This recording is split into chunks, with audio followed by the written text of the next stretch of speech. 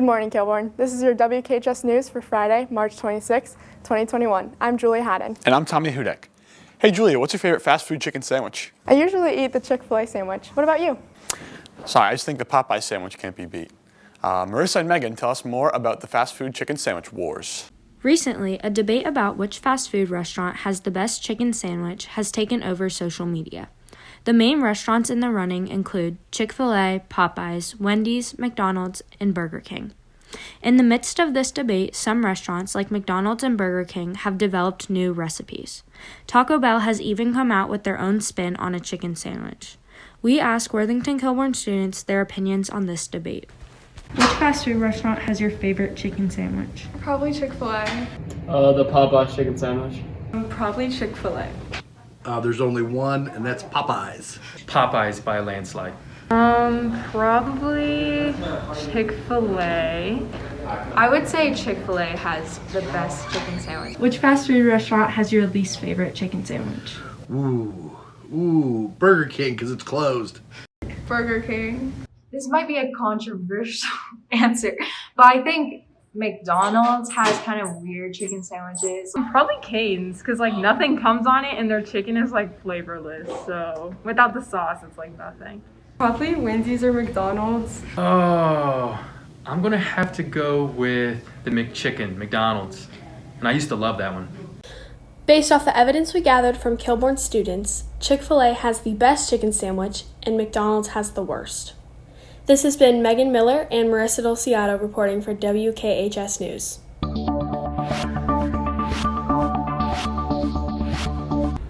Many people have been talking about whether or not prom will happen. It is scheduled for April 24th for both juniors and seniors, but there are some noticeable changes for this year's prom. We talked to Mr. Sparks and Mr. Thomas to find out more. Yeah, we're excited that we're going to have a prom this year. Some of the specifics are that it's April 24th. It is from 8 to 11, and we have two different sessions. So we're going to have a session from 8 to 10 and a session from 9 to 11. And students will be able to select the session in which they want to go to. We encourage that students get together beforehand because it will be difficult to change those sessions, and sessions will be capped at a certain number, so we encourage students to do so ahead of time. I do want to say that the overlapping time will be the time in which we announce our court for prom. The ticket sales will start April 5th.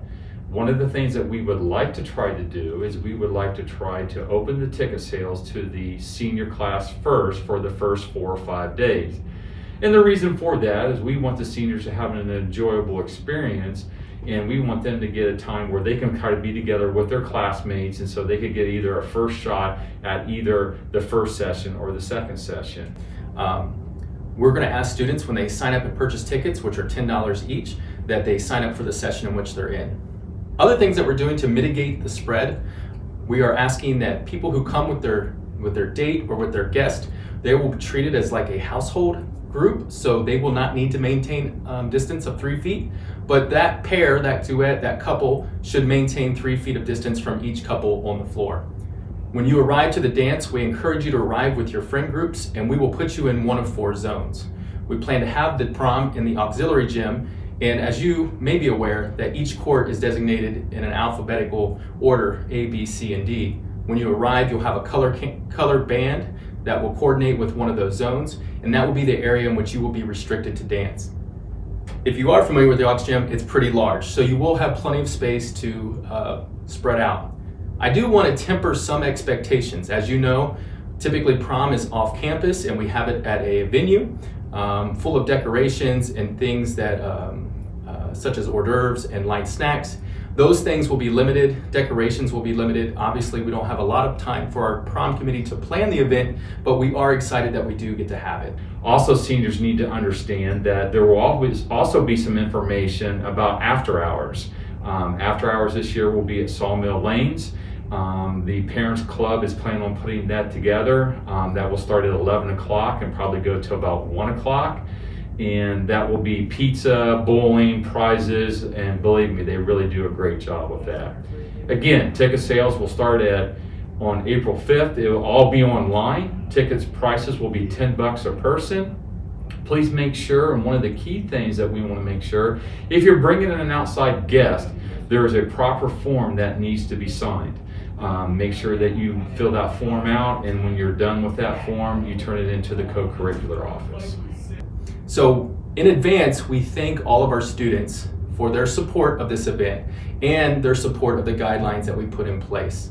It's very important that we maintain that social distancing, and some questions that have come in have been, are masks required? Yes, they'll still be required. We will have a photographer there from HR Imaging. You will be able to remove your masks for pictures. We're hoping to set up something right before you walk into the dance so that we can get those pictures ahead of time. But while you're on the dance floor, and that you are within the 3 feet of your guest, that you do have your mask on within that venue, within the Ox Gym. Remember that ticket sales are opening soon. This has been Julie Berry and Tess Patrici with your WKHS News. Hey Julia, what have you been doing over quarantine? I watched a lot of movies online. Yeah, streaming services like Netflix, Disney+, Hulu have all become super popular. Ava and Gunnar tell us about some movies that they're bringing back on streaming services. With streaming services taking over the way we watch TV, older shows have become more popular again. We asked our staff and students about some of their favorites and what they've been rewatching. Friends has kind of made a big comeback. It's always funny to see like people with like the Friends t-shirts and the Central Perk gear and stuff like that. So I think that's kind of funny that that's a popular one again. I have not seen Seinfeld make such a big comeback, but it's still on in reruns, so you can watch it. It's definitely a different kind of humor on that show, not your typical sitcom. They called it a show about nothing, so sometimes the episodes are just kind of silliness. But it is one when I watch reruns of shows like that, sometimes I think about how like they go to a payphone to make a phone call, or they have to like check an answering machine for a message, and things like that jump out at me. I was like, oh, that's just so different than today. Yeah, I really like to watch Friends and Seinfeld. You know, back in the 70s when I was a little kid, but early 80s, boy, first of all, Saturday mornings were fun. I mean, when you're a little kid, it was cartoon time. From 7 to noon, it was cartoons like the Flintstones, Scooby-Doo, the Jetsons. These were really fun, like cartoons that we'd all watch. But during the kind of high school, probably my favorite show at nighttime, I think it was like Thursday or Friday, Miami Vice. I loved Miami Vice. Crockett and Tubbs. That was pretty fun to watch. Let's see, Friends, The Office, Gilmore Girls is really big. Movies, She's All That, yes. Freddie Prinze Jr., yeah. Gotta love him. Legally Blonde was huge, Reese Witherspoon. Yes. Bring It On, How to Lose a Guy in 10 Days. 10 Things I Hate About You. Yes, these were all very popular. And we notice now with our kids watching The Office, Grey's Anatomy, and then when I talk about Shakespeare in class and I bring up like 10 Things I Hate About You, they all know that and have seen it, which always surprises me.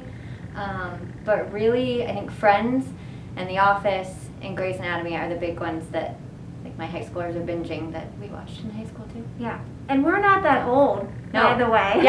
These shows and streaming services have brought another common ground for teachers and students. This has been Gunnar Langhert and Ava Gander with your WKHS News. This has been your WKHS News. Good luck to the boys lacrosse team and water polo teams who are playing tomorrow. We hope the first week of All In wasn't too bad. Have a fun and safe weekend, Kilbourne, and always remember to keep it classy.